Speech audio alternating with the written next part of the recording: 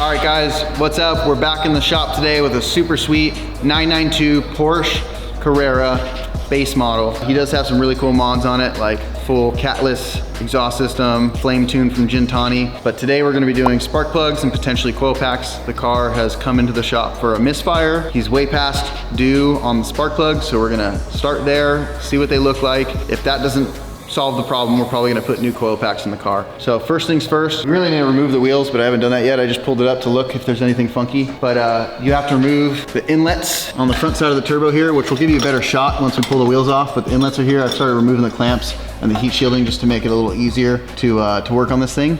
But overall, nothing is standing out to me. There's nothing crazy, no oil leaks, no exhaust leaks, something that would cause a problem. So we're gonna go ahead and get these wheels pulled off and get some of this stuff out of the way so we can actually see the spark plugs. They're super hidden. Give you guys a quick shot. Like, they're literally up here where my fingers are. All you can see is one coil pack per side. So it's pretty tight in there, but you can fish them out once you have the inlets out. So I'm gonna go ahead and get these wheels off, get the inlets out, some of the exhaust shielding, and that should give us enough room to get to the spark plug. So let's do it. All right guys, so we pulled the wheel off. Ben was too busy in the bathroom, so we missed pulling the inner fender, but there's 5 T30s and a 10 mil nut that goes here to pull the inner fender out. We'll give you a look at that later. I've pulled the E10 bolt off this clamp here. It's got a little E10 bolt that holds the intake clamp to the turbo. So I pulled that off, as well as this flathead screwdriver hose clamp to hold it to the airbox. So pull the inlet out of the way. Now we can see 2 of 3 spark plugs, or actually we can see all 3 actually through here.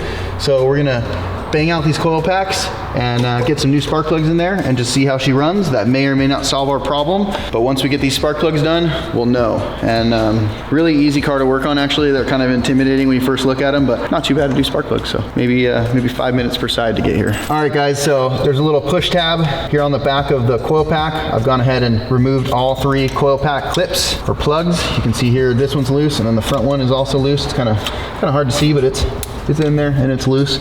Next thing is to hit these T30s that are on the coil packs. This back one's pretty tight, so we're gonna definitely have to either use a wobble Torx or do it by hand. And then the coil packs should come out. After they come out, we're gonna use our socket, our spark plug socket tool to get our spark plugs out, which we'll show you that here shortly. All right guys, so I've gone ahead and removed the spark plugs. We'll show you those here in a second. It takes a little special tool that I've created to get in there to get them out. We'll show you that too in a second, but right now I just wanted to show you guys, we're doing a quick compression test on the motor. While the spark plugs are out, it's just easier to do it now since the thing had such a bad misfire, and the spark plugs don't look all that bad, although one of them is probably bad, or a coil pack. I just wanted to confirm that the motor was good. So if you look in here, you can see the spark plug holes where the spark plugs will go. I've just threaded my little spark plug compression tester in there. There's a little thing that you can spin in and then you clip it on here at this big junction. And we're gonna go ahead and turn the motor over. I'm gonna leave Ben to watch the gauge for me so you guys can see what it's like. After 2 hits, it's about 2 or 3 hits, it's about 150 to 170, and that was probably about 4 hits. It's getting all the way up to about 200. Compression seems to be good on this motor, but how I've been doing it is just leaning in to the car, putting one hand on the parking brake, or the actual brake, and then just turning over the key. Super easy to do, you can do it yourself. And those spark plugs, here they are right here. None of these look terrible, but definitely overdue for the service if they've never been done. These are supposed to be done every 30,000 miles on these cars. I've got my 12-point spark plug socket attached to a 3-inch extension with a wobble, and then another like 6-inch extension to get it out beyond the air boxes and stuff like that and turbos so that I can actually turn the spark plugs. So this is the trick to getting all of the plugs out.